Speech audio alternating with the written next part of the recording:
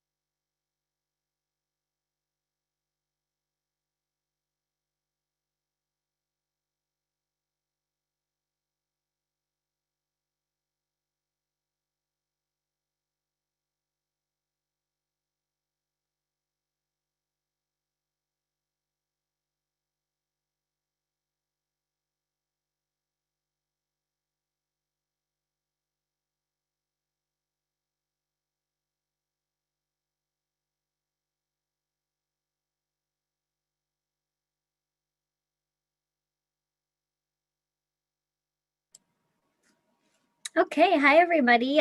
Welcome to Northern Now, the new digital event series presented by the NMU Alumni Association for all of our alumni and friends. My name is Kylie Bunting. I am the digital engagement architect for alumni relations here at NMU, and I'm really glad that you all have joined us for tonight's conversation. We're excited to continue this series with a chat on lifelong learning with some of our amazing NMU staff, students, and alumni. First, I just want to talk about a couple of logistics. If you can use the Q&A section for any questions for the panelists, we're unable to see and hear you during this webinar format, but we certainly want to hear from you. Carly Harrington, who's moderating tonight's event, will be monitoring the Q&A section. So anything that you want to share with our panelists, questions, comments, please make sure that you send them through the Q&A function. You can also use the chat function at the bottom of your screen to chat with your fellow alumni. Just a quick note on that though, there is a drop-down menu to send chats to all panelists or all panelists and attendees. The default is all panelists, so that means that whatever you send will just go to those of us that you see on here. Make sure that you change that to all panelists and attendees, so whatever you send is also going to everybody else who's tuning in from across the globe. Couple of save the dates. So Northern Now takes place the second Wednesday of the month, so you can mark your calendars. We're really excited to have some of our education professionals join us on March 10th. We will have an amazing panel of alumni and professors from the NMU School of Education who will be discussing the importance of relationships and creating a strong network throughout your educational and your professional career. You can actually sign up for that right now. You can go to our website, nmu.edu/alumni/events.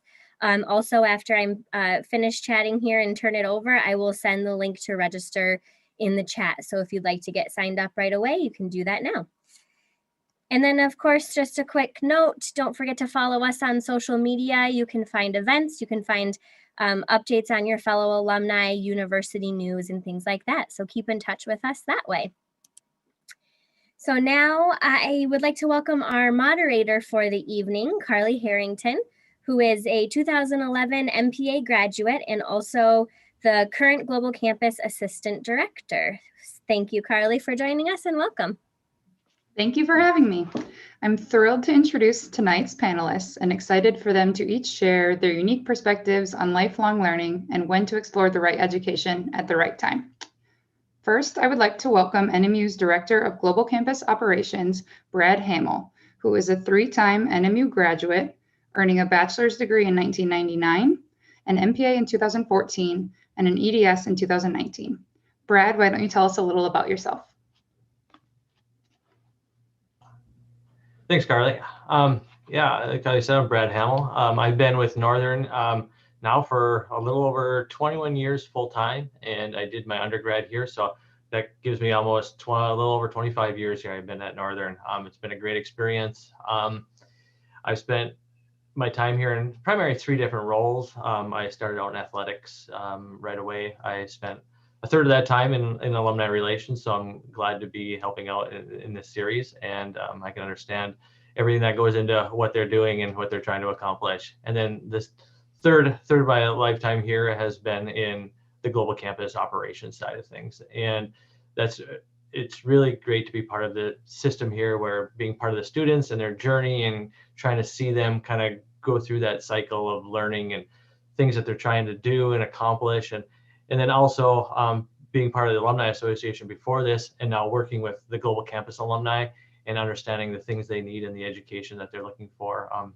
It's really been a rewarding experience working with the Global Campus here now. Thank you, Brad. Now I'd like to welcome NMU's Director of Continuing Education and Workforce Development, Stephanie Zadroga Langlois, who is also a proud NMU graduate with a Bachelor of Arts degree in 1996 and a Master of Arts degree in 1998. Stephanie, please tell us a little about yourself. Thank you, Carly.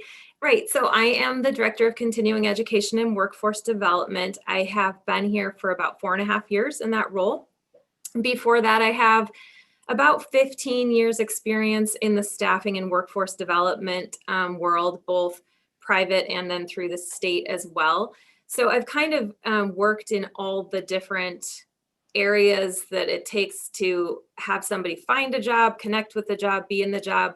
And this role that I'm in at Northern is, to me, the most important, because it's what you do when you have the job, and that's to keep building your training, keep your skills growing so that you can grow with your job or grow into the next job that's waiting for you. So training has always been a passion of mine, and it's a big part of moving forward through your career. Thank you, Stephanie. You're welcome. Now I'd like to welcome alumna and former Global Campus student Morgan Waller. Morgan is a young emerging executive with S&P Global and graduated from NMU in 2016 with a bachelor's degree and her MPA in 2018. Morgan, please tell us a little about yourself. Hi, thank you for having me. So yes, I work now for S&P Global Ratings as a financial analyst, and I spend a lot of my free time doing a lot of volunteer work on different boards, such as my high school board currently right now, Thornton Fractional District 215 is located in Chicago. That's where I'm from. And then I also sit on a non-for-profit board, which is the National Black MBA Association. And basically my work just entails bringing diversity and inclusion to a lot of these different boards here. And then finally, I also sit on the Alumni Association for Northern Michigan University. Awesome. Thanks, Morgan. Yep. And last but not least, Kevin Storr, a current Global Campus student and Executive Director at Portage Health Foundation. Kevin, please tell us a little more about yourself. Oh, Kevin, you're muted. Sorry about that. Thank you. Just saying, as you mentioned, I'm the Executive Director of the Portage Health Foundation here in Hancock, Michigan. I was born and raised in Ontonagon, and I moved to the Copper Country about 25 years ago, which somewhat coincides with my career in nonprofit. I've been in nonprofit in either senior or executive leadership for about the last 25 years. As you can imagine, in my role at the Portage Health Foundation, I get to be involved in a lot of different facets of our community. Primarily, I get to help other community organizations and groups achieve their mission through funding support. What a lot of people probably wouldn't know or may not be aware of is that also in this role, I have an opportunity to support those organizations in our community in many other ways, including strategic planning, organizational development and capacity building, and other ways that improve the organization's functional capacity and their performance. So This is just one of the many reasons that I chose to pursue a degree in workplace leadership. The curriculum has helped me dust off some old skill sets and certainly gain some new perspectives and approaches to the work I currently do here in our community. So that's a little bit about me. Thank you, Kevin. Okay, welcome everyone. I think we're ready to move on to the question portion of this panel. So we have some questions prepared, but as Kylie mentioned in the introduction, if anyone has any questions for us from the audience, we would love that. Please drop those in the Q&A. But until those start rolling in, I'm just gonna go with some pre-prepared questions that we have for you guys. Okay, let's get started with the different types of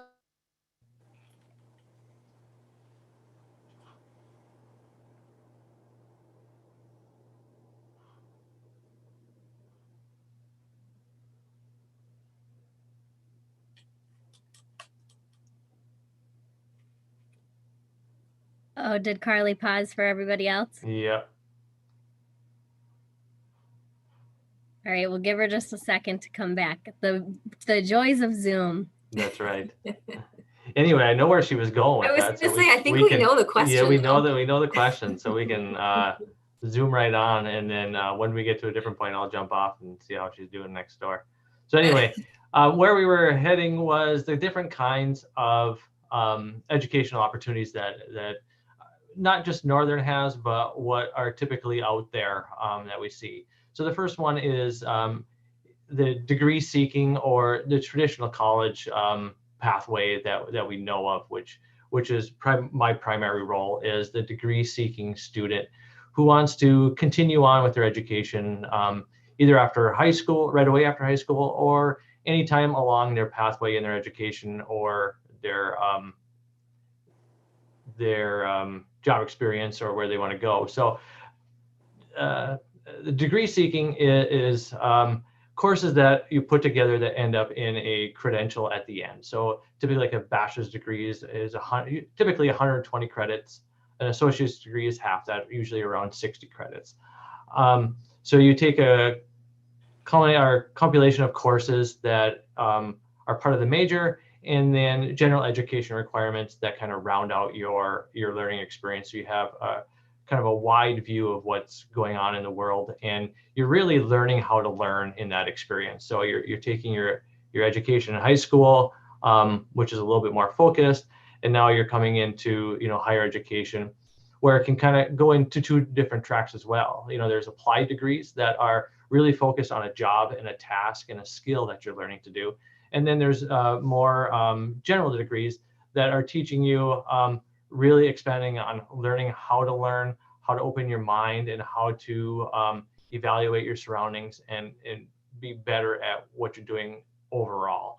And like I said, those usually end up in a credential or a degree, and that extends even to the graduate level and at the doctorate level. So everything pretty much stacks along the way. So you take your K-12 experience into college, into graduate school, and then into your doctorate level. So everything kind of stacks up, and you kind of take that path pretty much continuously along the way.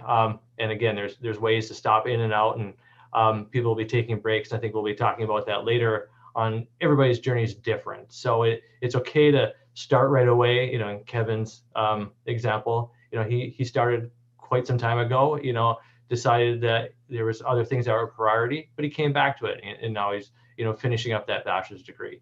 So that's kind of just a little bit about what a degree seeking student experiences. And then we're going to kick it off to Steph to talk a little bit about the non-degree or some of the classes that she's putting on. Yeah, thanks, Brad. So in continuing education in my department, we're working with the non-degree or non-credit programs. And so a lot of what we do, I kind of divide it up into three different directions in a way. They're not that different, but in my world they are. So one of them would be that we spend a lot of time with the currently employed. So we're working closely with businesses, especially across the Upper Peninsula, who are looking to either reskill or upskill their employees. So that's a great way to show a lot of respect to your employees. It's also a great way for the employees to stay engaged and see that there's so much more to learn. So we can work with those companies, and we like build customized trainings that are going to address exactly what their specific needs are at that particular company. Because, you know, no two company is the exact same. On the flip side of that, we also offer a lot of trainings that would maybe involve a lot of similar businesses or industries who have the needs to have trainings throughout the year, whether it be to continue with a certification, recertify, stay in compliance with the state, whatever that might be. That could be something like a minor safety training, or social workers need continuing education hours. So that's where we can kind of cast a net and say, here's a training that we know a lot of you need, and it's going to help you continue in your jobs, and you're not going to have to miss a lot of work. We're going to get it done quick, and you'll be back being productive at work. And then the last tier is where we're looking at what the workforce needs. What's lacking? Are there a lot of jobs that we just can't fill? So then we're working with the people who might be career searchers or career changers, or even a dislocated worker. So someone who's switching careers and they didn't intend to. And so we try to put together trainings that would connect those people who are searching for work with jobs that are waiting to be filled, and it's just a struggle. A tangible example of that would be our truck driving school. It's just a good visible example. Obviously, truck driving has been a high demand job for a very long time locally, but also nationally. And there was just a real need for that training to be as available as possible. So we started that school to connect people who were looking for a career with a very, very good career. So that's kind of where we're at. But a lot of what we're doing is, you know, what Brad was talking about, that's going to involve a semester or 2 semesters or 3 semesters. And we're working with those people who they're looking for something in a shorter, quicker bite. So we'll be able to get them what they need and keep them in their job that they already have. Or like I said, in the truck driving example, get them into a new career. Awesome. Thank you, Stephanie. It looks like we have a question from the audience. Can the customized trainings be done online as well as those done face-to-face for our local area? Yeah, that's a great question. So we had kind of shifted to try to address a lot of our trainings to be online because the UP is just big. We have 2 time zones, we have crazy weather, we have everything. So when we do a face-to-face training, that's not great if you're coming from the central time zone. That can really screw up a work day. So we had started to shift a lot of our offerings to online, and we're going to just completely increase that. COVID was a really good encouragement for us, I'll say, to continue putting offerings online. There are a lot of trainings that we offer that are just hands-on, and they always will be hands-on, and that might be a skilled trade, or that might be just some sort of compliance. We actually have some that you think could be online, but the state or the feds say absolutely not. They have to be a face-to-face training. So in those cases, we really, our hands are tied. But yes, a lot more are going to be online. Awesome. Thank you. Mm-hmm. At NMU, we see different types of learners, traditional and non-traditional. Morgan, can you describe your experience as a traditional student and then also what it was like as a global campus student? Yes, absolutely. So as a traditional student, coming straight out of high school, going right into college, it was a big transition for me. Not knowing exactly what I want to study and where I want to go in life. So just traditionally, it was interesting, and I think I needed that interaction in person in order to just really learn about what I want to do. I think I enjoyed way more the global campus aspect when I got into my graduate degree. So for those that don't really know, I studied my undergrad as a traditional student and then did my graduate degree globally. And I think I enjoyed the global aspect of learning a lot more, just because with everything that I have going on, like I just said in my bio here, I'm doing all these boards and volunteer work. And it was just easier for me to log onto my computer. As a traditional student, I'm going to go back and forth here and just say maybe some of the pros and cons. I think as a traditional student, it was hard to, to focus. I think being so young, coming straight out of high school, going straight into college, and having so much uncertainty of what the world actually is, I needed that interaction with people, and it brought a lot of.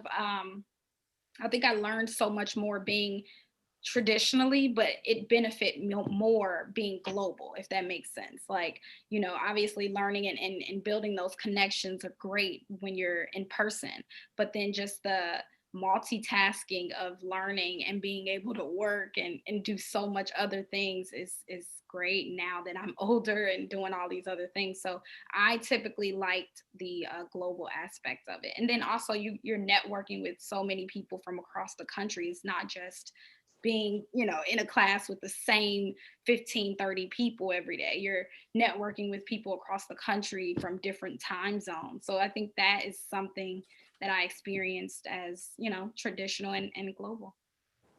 Thanks, Morgan. Yep. I'm an advisor in the Global Campus, and I definitely hear that from students who have, learned in both capacities, where they were on campus and then now are learning online.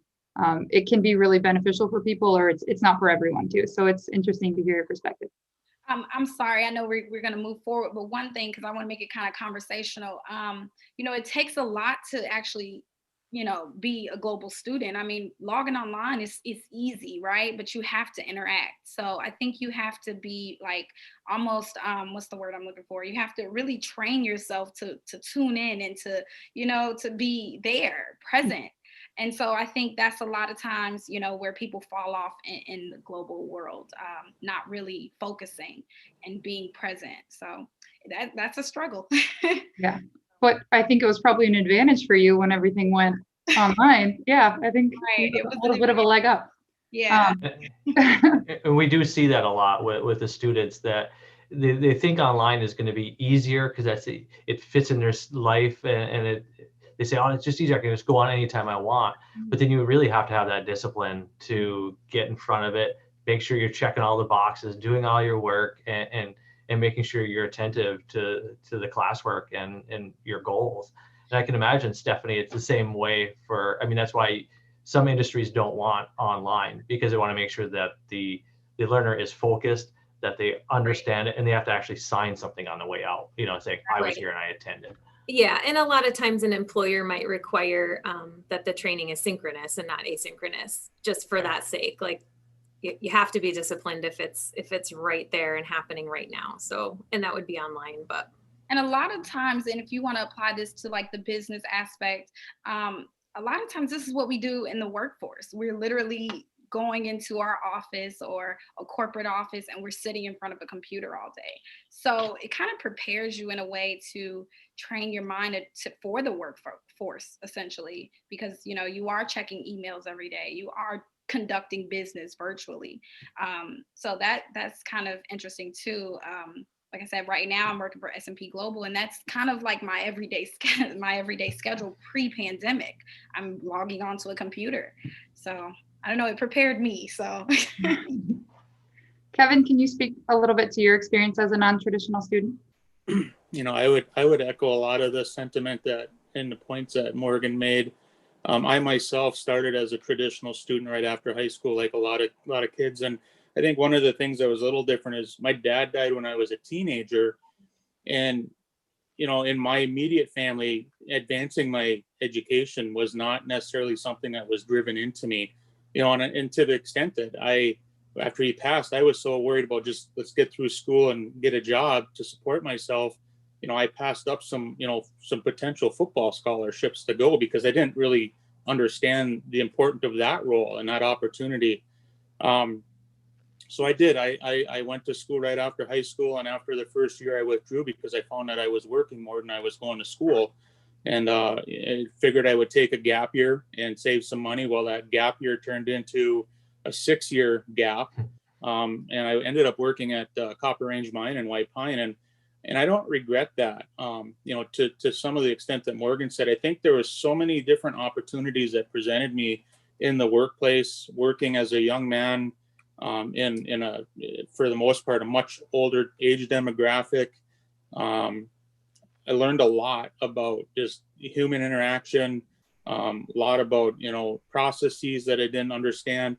And when I ended up going back, in fact, in 96, when the mine closed, I was one of 6 employees that was selected to help transition the other 1,148 employees into a new workplace or retraining. So I was helping facilitate, job training program act monies and stuff to get people back into college training or vocational training. And at that same time, I'm like, I really needed to consider, well, what am I doing for myself? So it was at that time I went back to pursue my education. And, Morgan, you mentioned how that prepares you getting into the workplace, transitioning from traditional to non-traditional. I was so used to working, overtime and 40, 50-hour weeks, 60-hour weeks. So when I went back to school, not only did everything just resonate with me, but I had that work ethic. I pounded out my 2-year degree in 11 months, 61 credits in 11 months, graduated with honors. And I attribute a lot of that to the work ethic and that fortitude that I developed while actually in the workplace. And the path since then has been, like a lot of non-traditional students, life takes over. I had intended to carry forward with the rest of my undergrad, marriage, kids, family, a new job, a promotion, new community. One thing leads to another, and the next thing you know, it's 5 years, 10 years, whatnot down the road. And there's been a number of points in time where I've gone back to start that education again and again. It's just life circumstances have always come up and interfered. And no different in 2018 when I started to come back, and I think it was about a week and a half after I started classes, we ended up with the Father's Day flood here.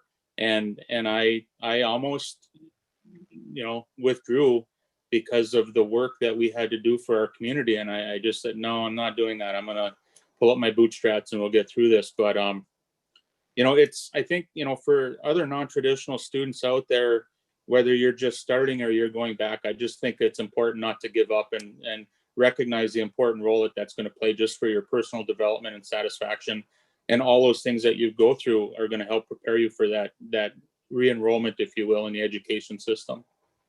Yeah, we appreciate that, Kevin, that you stuck through it. I know, we've, between me and you having conversations earlier in it, and then, transitioning with Carly, even if you had to take a half semester off. So that's one of the nice things about, Northern and, all the classes that we offer. Sometimes they're half semester courses. So you can jump in and out kind of at any time.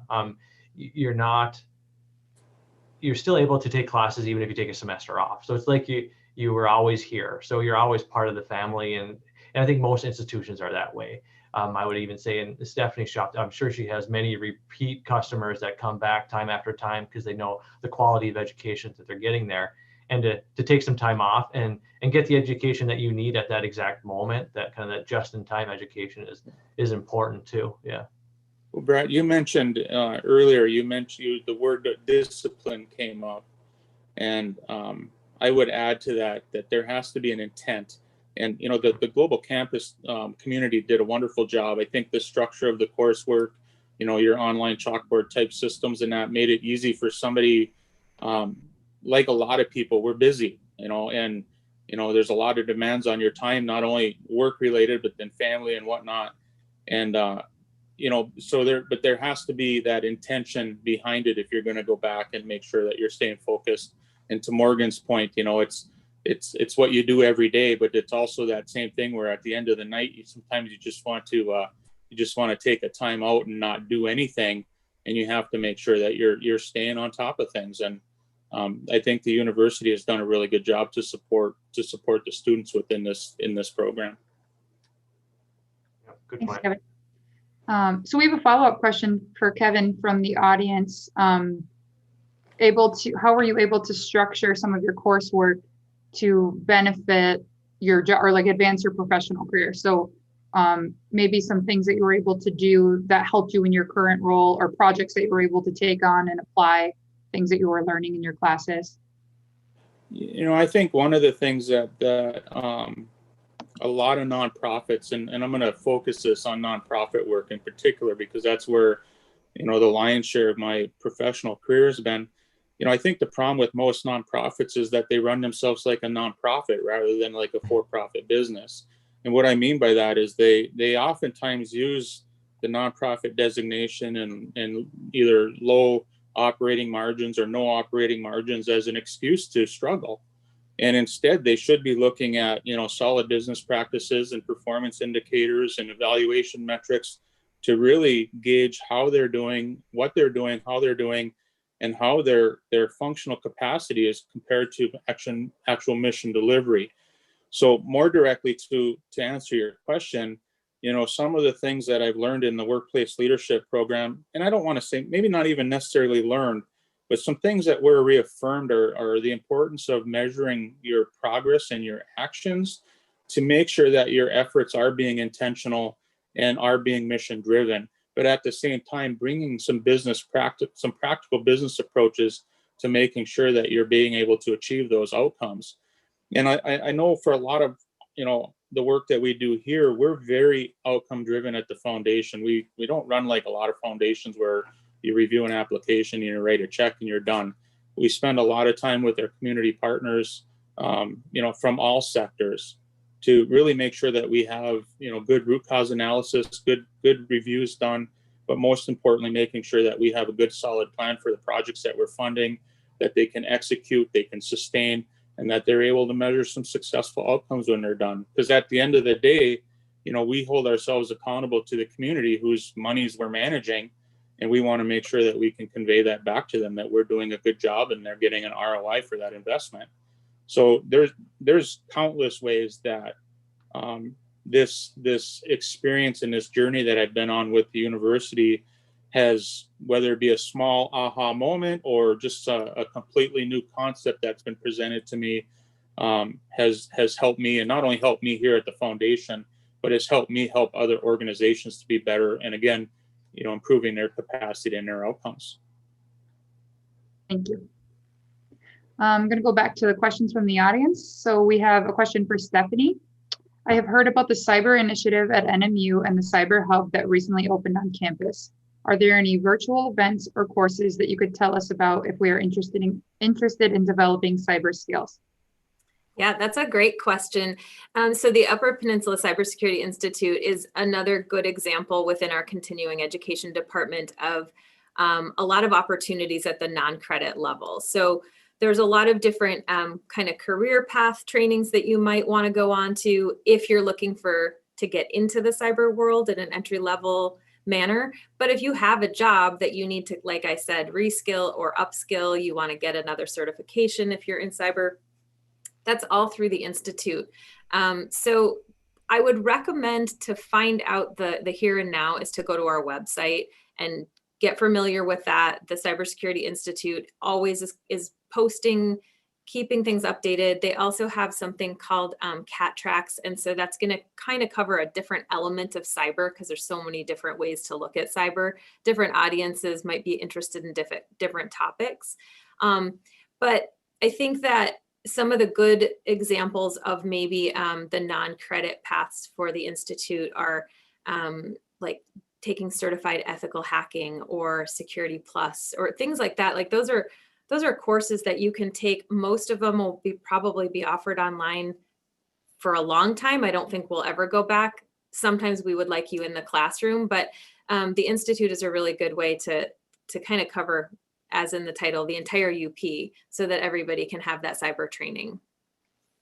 Thank And you. to build off that, Steph, I'll add, we are working, as the traditional campus side, working with the Cyber Institute to take those certifications that the students are getting Yes. for the non-credit, stack those up and put those into a package where they can count towards degree seeking students' experience as well. So you can trade those certificates in for either a course or a credit or a process called credit for prior learning, where we can kind of evaluate what you learned in the Institute, apply that to a portion of a course, and then backfill any knowledge that you might need, and then give you the credit for the course that would account towards either 4-credit accredited certification or an associate's degree or a bachelor's degree as well. So, we're really good. We're trying to be good about taking anything that you learn anywhere and applying it to something else. So, I think it can go in reverse as well. So even if if you're here for a degree or taking a degree someplace else, explore those non-credit options like the Cybersecurity Institute or some other things that extended or continuing education might offer. And somehow you can apply that to your coursework as well. Absolutely. And use those things hand in hand to try to navigate and get the best experience that you want out of the education. Yep, absolutely. That's a great point. Thank you. Do you have anything at all for those of us who truly want lifelong learning once they have entered the world of retirement? We do actually. So there's a division within the university called the Northern Center for Lifelong Learning. It is a great organization, and you can get to that through the continuing education page of the Northern website, but you can also just search NCLL and you'll find a lot of information. But that is absolutely about that lifelong learning for, towards the retired audience. They do so many different programs throughout the year. Anybody can go. It's not a restricted organization by any means.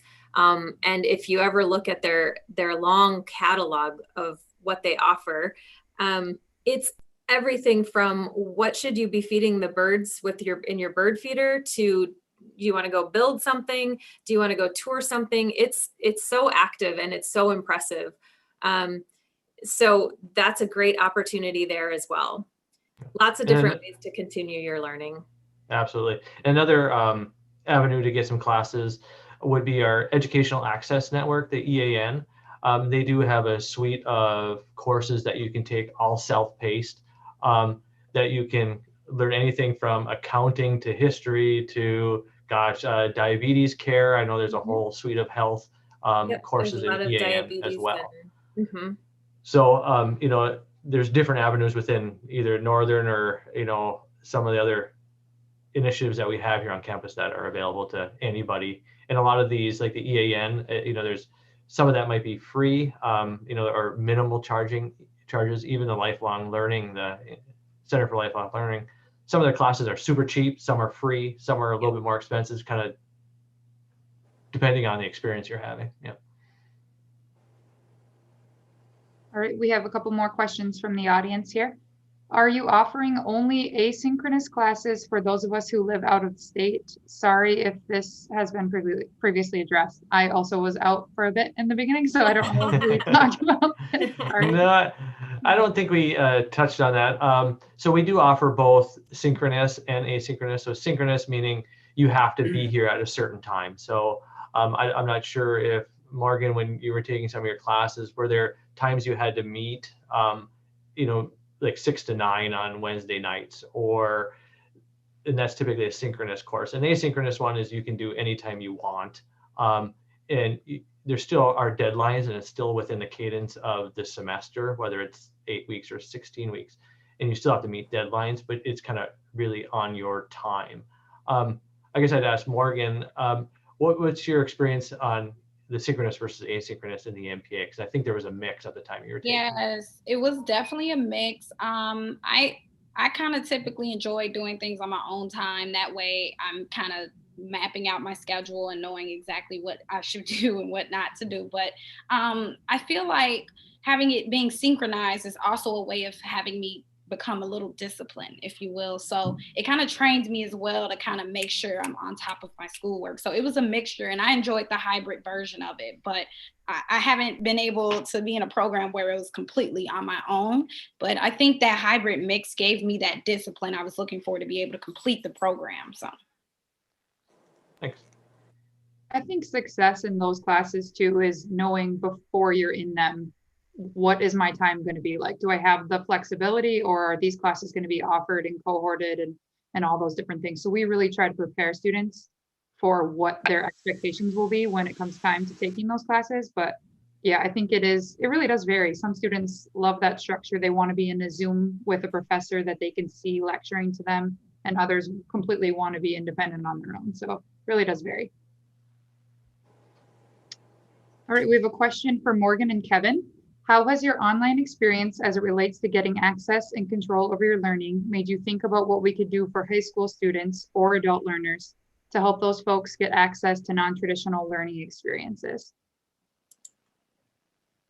That's a good question, because now that we are moving into this technology world here, it's like, the high school students are kind of tapping into this. And like I said, that discipline, some high school students don't have. But I think with some things you can kind of take away from is maybe logging on to, and I believe Brad spoke of this with some of the networks that he was kind of speaking of earlier, but you can kind of use some other educational apps like TEDx, TED Talks, things like that, YouTube, just to kind of make it more personal for the high school students, obviously. But as far as the adult learners, what do you think, Kevin? Because that's a really hard question.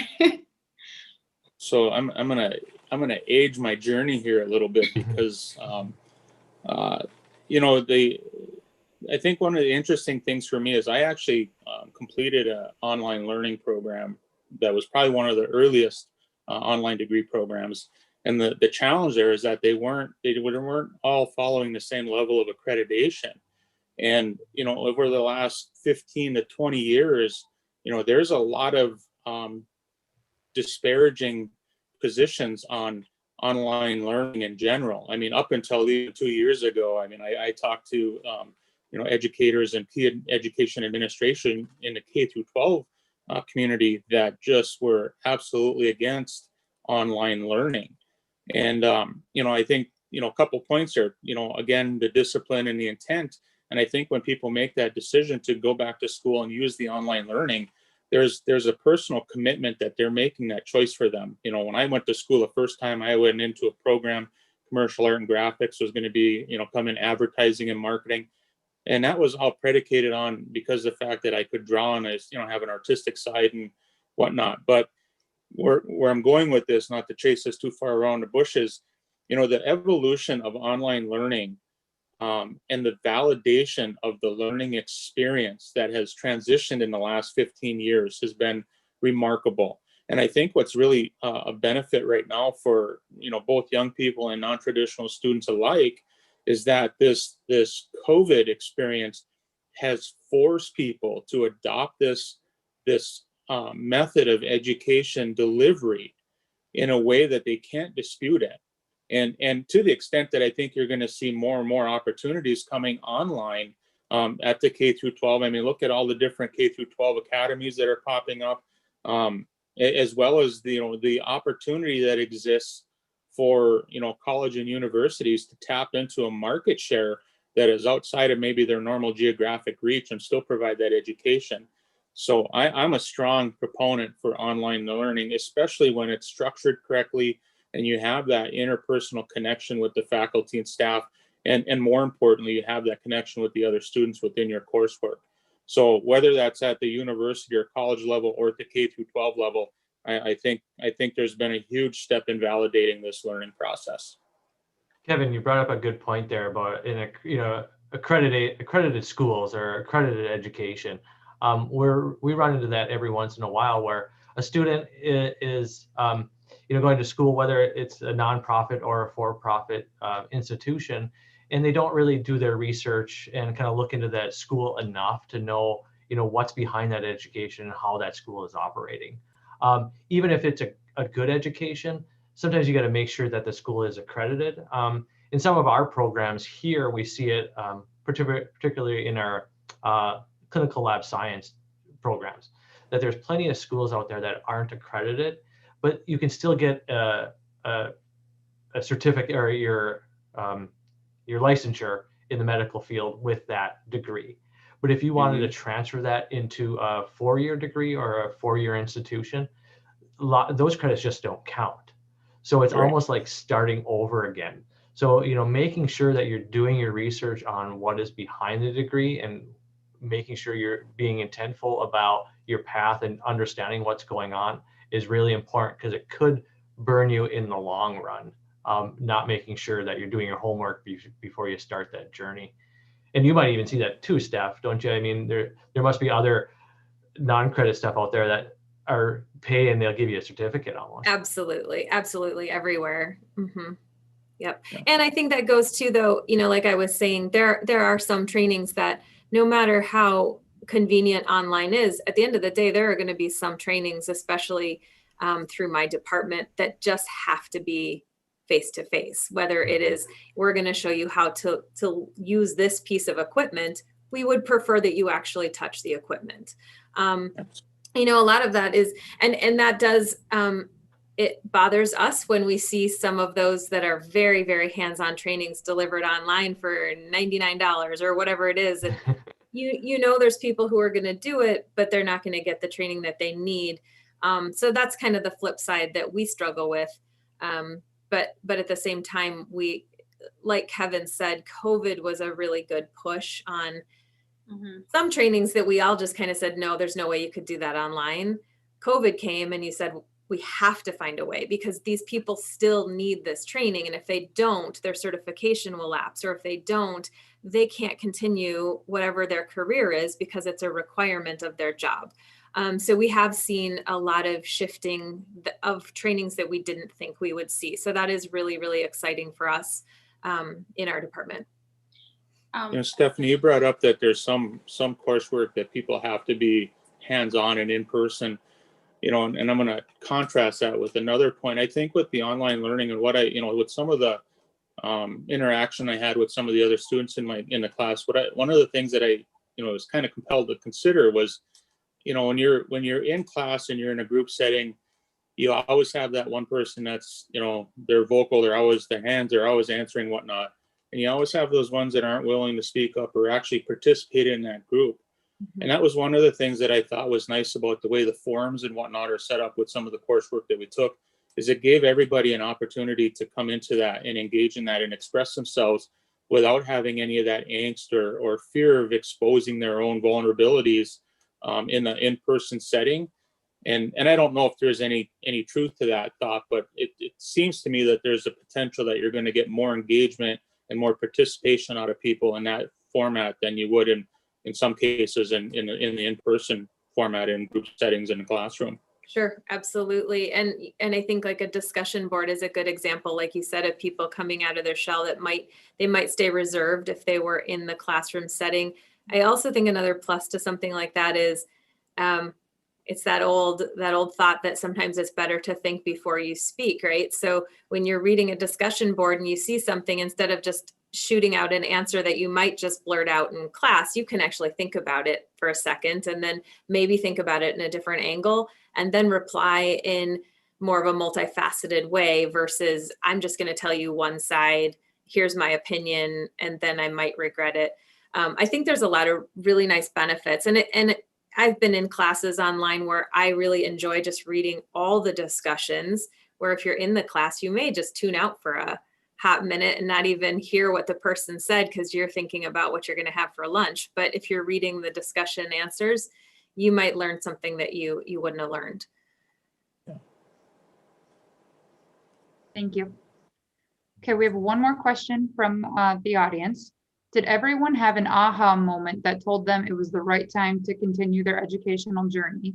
Or did some of you just jump in a little bit hesitant, not sure if you were 100% making the right choice and just going for it anyway? Did anyone speak to their experience on that? I'll go with that. You know, I have found over the years that there is always a reason not to do it. And in looking back, I should have been framing that in the sense that it's always the right time, because it always goes by quicker. And when you're looking back at it, that 8 weeks or 16 weeks, it's over before you know it. It's not as painful as it is. And all of those reasons that seem to come up and detour you or from proceeding. So I would say there's never not a good time to start. And can I just add too, I think we used to always think about our education as, if you're going to go into higher ed, you're out in 4 years and you're done. And that's just not the case anymore. We're living in a time where, people are working longer. We're working way past what retirement used to be. So we have a lot longer in our career. We have so many more years of learning. And so it's just more common for our education doesn't ever really stop. And, not to not to jump back on continuing ed, but that's kind of what we're there for too, so that the education will never, it won't end. And I think I saw that in our chat. Stephen, I don't know what the last name was, but he made a comment about, when you're done learning, you're done, or when you're through learning, you're through. Like, that's true. Like, you have that choice. So we really have to recognize that higher education doesn't just mean 4 years anymore. It means 4 years, maybe another 2, maybe a certificate after that. Maybe you jump into an online continuing ed class, whatever it is, but it's never really a time to stop learning. I want to jump in and agree, because I feel like I was kind of that one individual that came right out of high school, of course, and was just like, okay, I'm going to finish in 4 years. And I did. I mean, I feel like I finished in 4 years, and then I continued on to my graduate program. And what I guess motivated me to continue was because I wasn't satisfied with, just finishing in 4 years. I wasn't ready. I mean, essentially, we feel like we should finish in 4 years. Mm-hmm. And when I did, I was not happy. I felt like I didn't learn, or I didn't experience enough in the program. And it was a great program. It was just like me. I wasn't ready. So once I did finish, and then I went on to my grad program, and I finished in 2 years, it gave me 6 years. So just to your point, Stephanie, like 4 years essentially isn't really enough. And that's really what kind of pushed me to go forward. And honestly, now that I am working and I'm in my career, I want to go back because it's like, I still don't feel like I know enough. So I don't know, like that's kind of my thing here. I guess I would add, but don't get burnt out either. Right. I've had a long educational journey. I got my undergraduate, then a master's, and a second master's, working on my doctorate. I'm trying to finish up the dissertation, but I'm almost to the point where I'm just exhausted. Sometimes you just need to take a break, and it's okay to say, all right, life is happening. I need to focus my attention over here on this for just a short time, whether it's a new career, a new marriage, a new baby, ailing parents, or, life situations happen. Northern, and I'm sure other schools do it too, is where, you're still active for a year. At the undergraduate level, you're still active in our system for a year. So you can take a semester or two and really just sign back up for classes like you were always here. Like, there's no barriers, no anything to that. At the graduate level, it's 3 years, because we know life happens for, the older you get and the more mature you get, things are going to happen. So at the graduate level, you can stop out for 3 years at any point, come back and just register for classes like you were always here. So make sure you're taking care of yourself too along that journey. So I think that's what they don't tell you. That's what they don't tell you. And that's what they don't normalize, and what they probably should normalize. And that's where I was speaking to, because I was going straight and maybe it would have been beneficial for me to it would have been probably more beneficial for me to maybe take a break in between, get some work experience, and come back. I mean, you know what I mean? So I definitely agree with what you're saying. And I think not everything that we continue to learn has to be professional development either. There's a lot of personal development angles that you're still learning, and it's adding to your life, but it's adding it more at a personal level versus professional, which ultimately will help you in your profession probably in the long run, but personal development is just as important. Absolutely. And even the conferences, when you're in your industry, you're going and you're learning things there too. So you can take those experiences and bring them along with you. For our degree seeking side, like I think I mentioned earlier, we have credit for prior learning. So it's really not credit for prior doing. So we're not giving you credit for just doing your job if you're an accountant, just doing that stuff. But if you went out and tried to better yourself, or you went to conferences, or you're just doing it on your own through all those other resources, like you said, Morgan, that are online, you can take the things that you've learned outside of school, put it in a portfolio and apply for those credits and apply it towards your degree. So we do accept everything that you did learn. And most schools have that for adult students. Last thing before I know we move on here, but that's all right. conferences you mentioned, I think that's a great learning tool. Because learning and education is not always textbook. I mean, we can read a textbook till our eyes bleed, right? But sometimes you have to interact with the people that you see yourself in the role in. And so that aspect of learning, I feel like, is how I kind of learn most. I'm not really a person that will pick up a book all day long and read and try to learn as much as I can, but I also need to be interacting with the person that I feel could teach me the ropes of the role, essentially. And conferences, I've taken advantage of a lot of awesome conferences, and I have learned so much. And I think that aspect of learning is a lot of times people don't, they don't interact like that. They just technically log onto the computer and read articles all day long. So I think take advantage of conferences. And I know, like, we're shifting into this new virtual learning, but there are also some new virtual conferences, and they're interesting. So take advantage of that. Yep. Absolutely. All right, so we made it through all of the audience questions. I just wanted to take a minute here and say thank you to all the active participation that we've had from everyone tonight. It's been really great. We had some awesome questions that I think really furthered the discussion. At this point, do any panelists have anything else that they would like to add or closing statements? I guess I'll go quick, and then I'm sure everybody has something. This panel is pretty awesome. But really, like, in continuing ed, our biggest goal is to stay relevant with what we're offering. So not just the topics, but also how we're delivering it.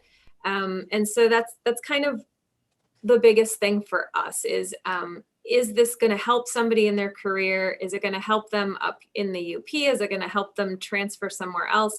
But how can we do that in a way that's not going to interfere with their day-to-day life? And if it does interfere with their day-to-day life, how can we do it so it's a very minimal interference, just a short one? Because we do recognize, especially in the UP, we have a lot of small businesses. So if you want to upskill your employee and you have 4 of them, if you send one to continuing ed for a day or 2 of training, you now have 3 people working, but there's still 4 jobs. So we completely recognize that. And, that's obviously where the online learning comes into play, because that person could still be in their office, and when there's breaks, they're there. And but anyways, it's just that relevance factor that's so important to us. And to continue on that step a little bit, I'd say also learn how you want to learn. There's plenty of opportunities out there. I know we focus quite a bit on online learning today, just because that's what the Global Campus and Extended Learning kind of is all about, and reaching out. But there are plenty of opportunities for in-person learning, hybrid, like Morgan talked about. You can have some days on face-to-face and then some finish up the rest of the work online. So learn the way you want to learn. Don't force yourself into something that you're not going to enjoy, because then you will stop out. Then you won't finish. Mm-hmm. So make sure you're doing it for the right reasons and how you want to learn, because everybody learns a little bit different. And I think you have to learn in the way that you do best. Yeah. Carly, I guess I would offer that if somebody is considering going back to school for either continuing ed or degree seeking, to not go into it thinking that they have to have it all figured out. One of the things that I found, and I guess I'm gonna pump the tires a little bit of everybody there at the university, the support, questions, seemingly simple things that you might be a little bit even embarrassed to even ask to help navigate.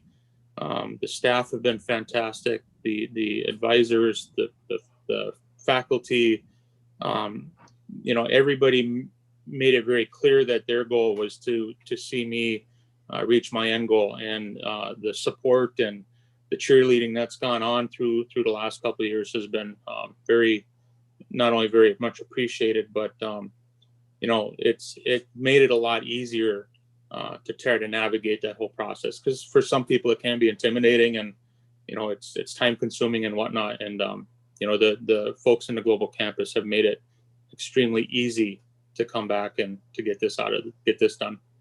So, well, thank you for that. We're here for you. We want you to succeed. It's our goal for you to succeed. So happy to help any way we can. Morgan, do you have any closing thoughts you want to share? I would just agree with what Brad said. You know, learning in the way that you learn, knowing that, I think is a very important aspect when you do go to return to online schooling, or, you know, taking an online class, going back to get a degree, because that will obviously, you'll be able to accept the information and what's given to you when you know exactly how you know, essentially learn, because you'll just kind of doze off. But yeah, I would definitely agree with what Brad said. Just absolutely being receptive to how you learn and knowing that, and going with that when you do continue your education.